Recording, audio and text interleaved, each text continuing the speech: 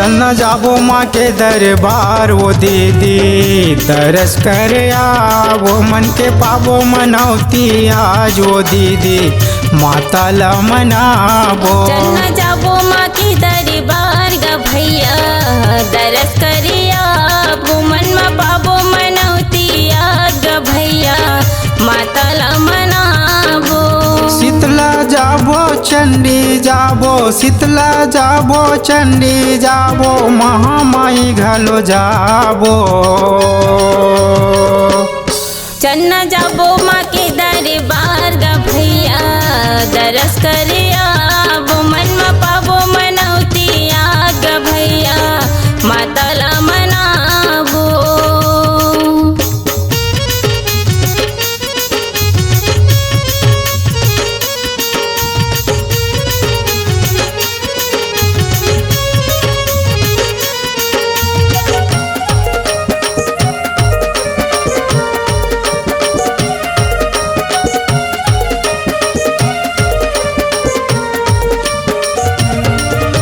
माँ शीतला के चरणन में सब दुख पीड़ा हर जाते मन में श्रद्धा भाव रखे से खाली झोली भर जाते।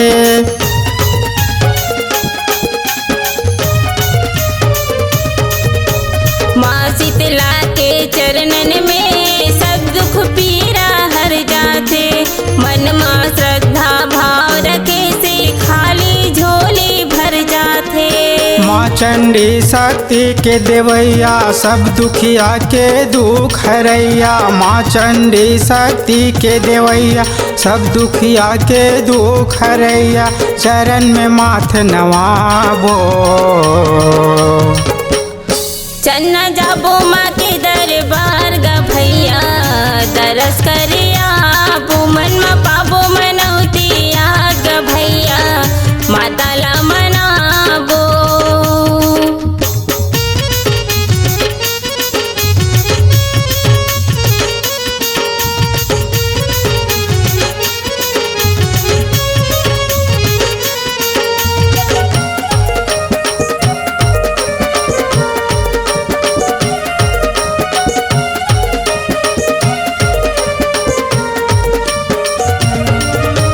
जगमग जगमग जोत जले मैया के दरबार में हर पल हर छिन साथ रथे भक्तन के गुहार में।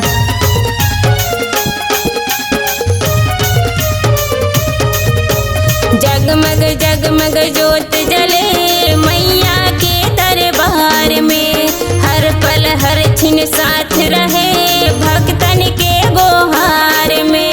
महामाई में फूल चढ़ाबो माँ शक्ति के गुण लगाबो महामाई में फूल चढ़ाबो माँ शक्ति के गुण लगाबो मिलके जयकारा लगाबो।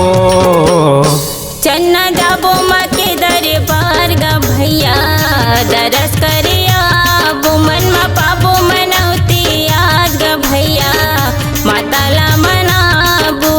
शीतला जाबो चंडी जाबो शीतला जाबो चंडी जाबो महामाई घलो जाबो। चल न जाबो माँ के दरबार वो दीदी दरस कर आवो मन के पाबो मनौती आज वो दीदी माता ला मनाबो। चल न जाबो माँ के दरबार ग भैया दरस कर आवो मन में पाबो मनौती आज ग भैया दरस कर आवो। चल न जाबो माँ के दरबार वो दीदी दरस कर आवो मन में पाबो मनौती आज ग भैया माता ला मनाबो। बोल शीतला माता की जय।